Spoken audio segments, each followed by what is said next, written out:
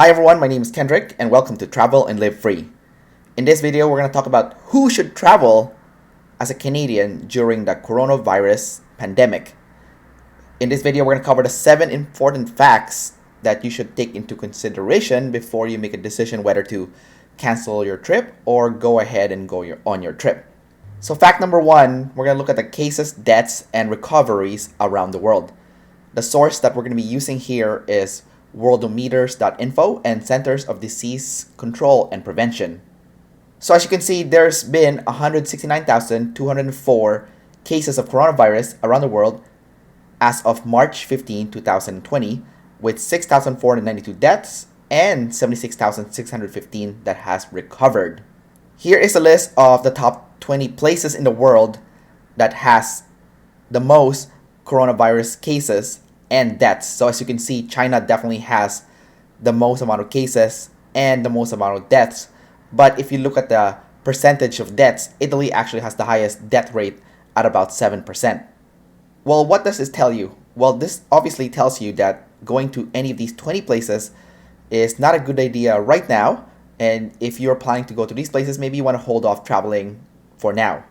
Here is also a list of the level 3 countries where you should not be traveling to. So pretty much anywhere in Europe and Iran, as well as South Korea, China, as well as Venezuela as well, because their health infrastructure is not doing too well. Not listed in this list is also a level 2, which has Japan on the list.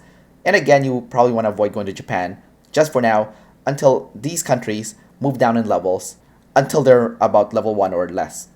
Fact number 2, coronavirus death rate.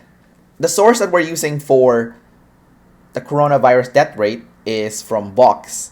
If you look at this chart of death rates taken from China's data, most of the people that do pass away from this virus are over the age of 60.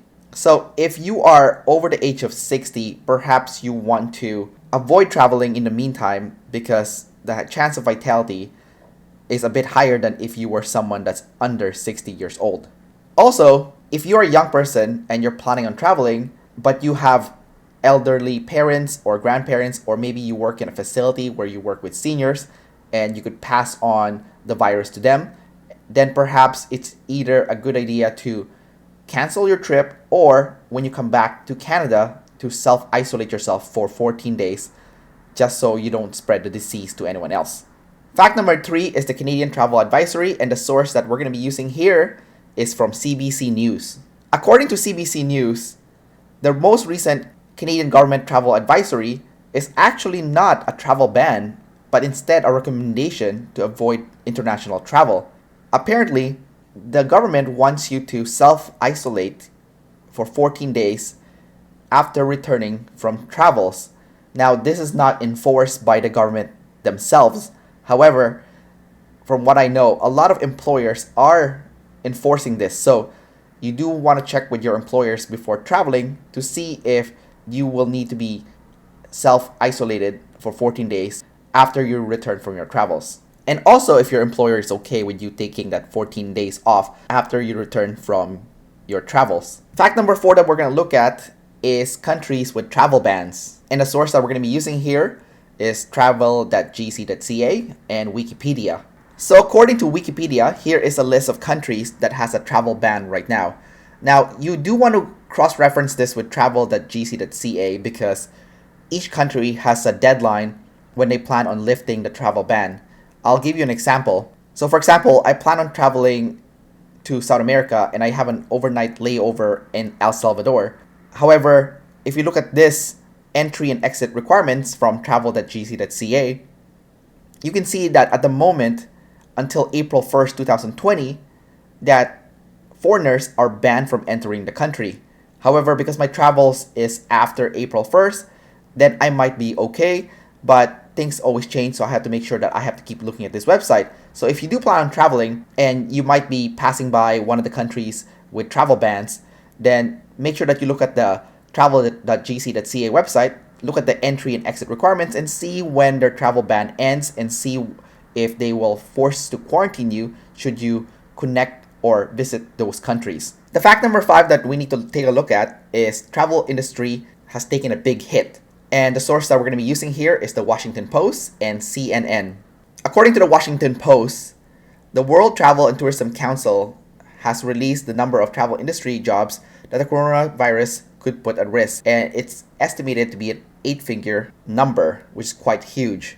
This same organization that represents the private tourism industry, counts more than 200 company members, said that epidemic could affect up to 50 million jobs worldwide. So when we look over at CNN, they mentioned that global airlines stand to lose $113 billion in sales if the coronavirus continues to spread.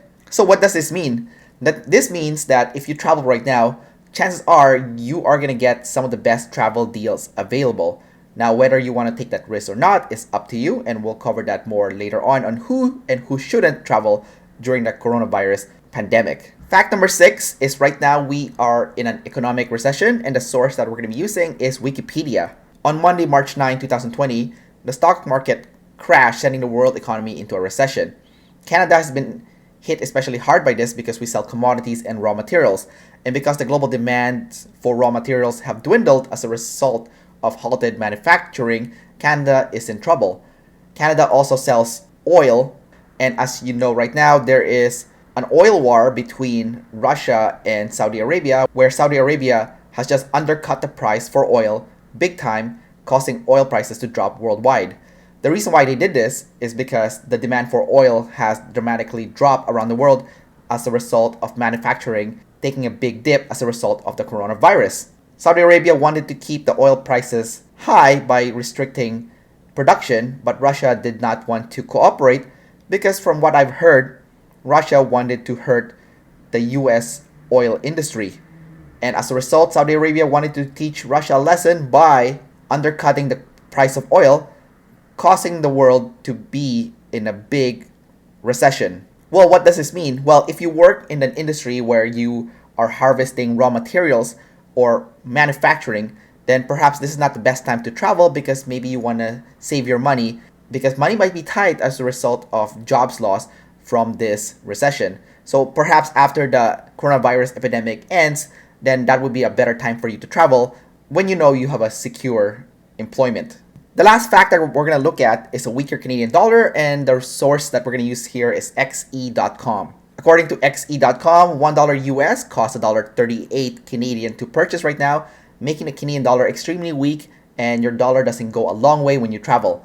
The only time that you can possibly justify traveling with a weaker Canadian dollar is if the savings from the flights, accommodations, and daily expenses would outweigh the increase of the cost of traveling as a result of a weaker Canadian dollar.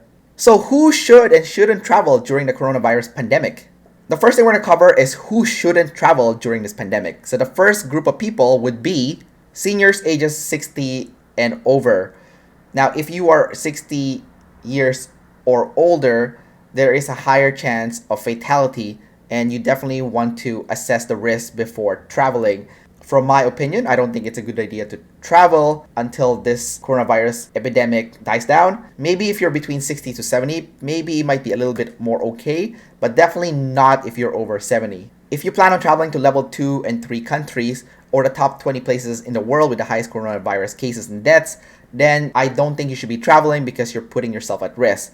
And even if you are a young person, and the chances of you getting sick from the virus is not very high, you might still be a carrier and you might give it to someone when you come back home in Canada. Again, with that being said, if you work with seniors, live with senior parents, grandparents, or relatives, then maybe you want to take a little bit of responsibility and not travel during this time period unless you know that you can quarantine yourself for 14 days upon return. Another group of people that might want to avoid traveling during this coronavirus pandemic is if you are going to take a big financial burden from taking a 14-day self-quarantine when you come back home. So let's say your employer decides not to pay you during that 14-day self-isolation, then that might not be a good time for you to travel because that 14-day might mean the paycheck that you need to use to pay for the next month's rent or mortgage. Now, who should travel during the coronavirus pandemic? If you're under 60 who will not affect anyone upon returning, that means you don't work with seniors, you don't have senior parents or grandparents, or you're not around seniors all the time,